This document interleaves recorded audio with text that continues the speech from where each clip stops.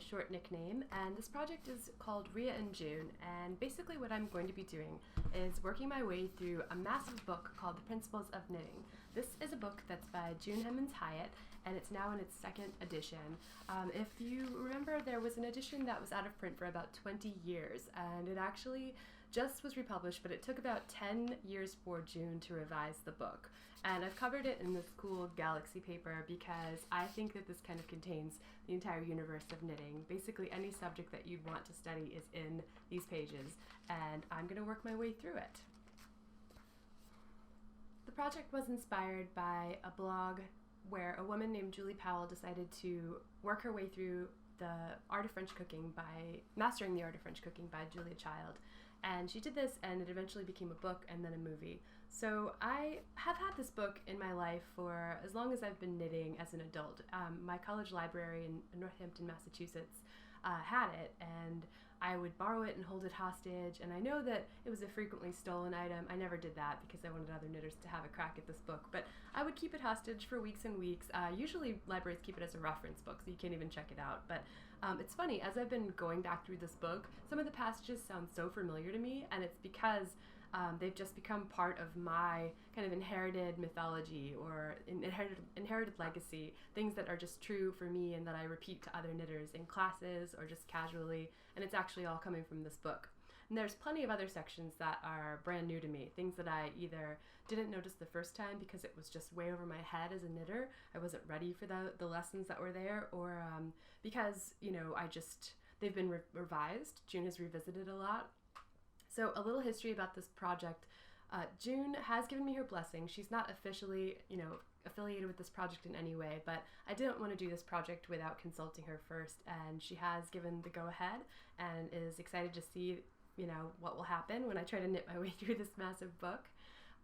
What I'm going to be sharing with you through the Zealana Blog is swatches, and I'm just going to I'm actually going to follow her advice to work from beginning to end with some changes. I feel the back of the book contains materials, so fibers, yarn, needles, tools, all the tools, and I think that needs to be considered a little earlier just for our purposes. So I will be starting with fiber and then diving right into some technique stuff. There will also be supplementary content on the blog. I'm going to have close-ups of any swatches that I do, as well as page numbers for anything that I refer to in videos, but I'll just be giving you my general impressions in these vlogs and telling you kind of what I stumbled upon that was new and exciting to me. The book was inspired also by a museum exhibit that was also turned into a book called Schiaparelli and Prada, Impossible Conversations, and this was an exhibit that was grounded on the idea that these two amazing Italian designers were having this conversation that was actually, impossible. It was imagined. So it's one of those, who would you invite to dinner, dead or alive. Schiaparelli and Prada were put into conversation in an exhibit and then in this book in a really cool way. And there's actually a series of films on YouTube where you can see them, an actress and Mujica Prada actually talking. It's really cool. June is still very much alive and hilarious. Some people think that her book is very, stern and very, kind of, this is the correct and proper way to do it, but June is actually hilarious, and she doesn't believe in just following what you know. She kind of looks at it with fresh eyes, and she encourages all of us to do the same, to sort of put aside what we think we know about knitting and test things out and look at your knitting and see what it's actually doing and get to know the mechanics of it. So we'll be doing a bit of that.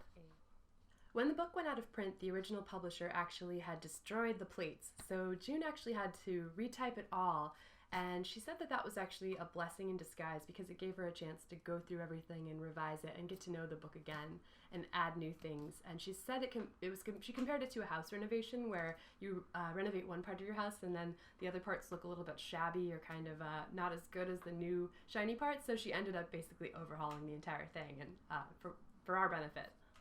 So the book now has 100 more pages and nearly 1,000 more illustrations, and I heard June give a talk where she went through her ideas on gauge and designing, and she uses a totally new method, which I'm really excited to get to because I think it simplifies a lot of things and it's just a very clever way of working. But I'm not going to skip ahead. I'm gonna wait and get there with you.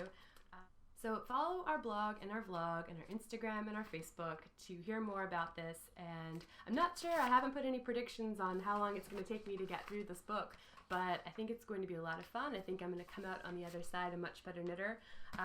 That's the thing. People think I'm an expert knitter because I've, knit or designed almost 200 sweaters, and I've been working in yarn for 10 years, but I am by no means an expert. And I think that I'm really hungry for the chance to kind of refine my skills and really get, become a much better knitter using this book. So I'm very excited, selfishly, and also for all of you. I'll leave you with a last little quote from the book, from the introduction. By the way, June also encourages us to read both introductions, and they're included in this book. So read the introduction to the first edition and the second one, so you can see kind of where it's come and where it's going.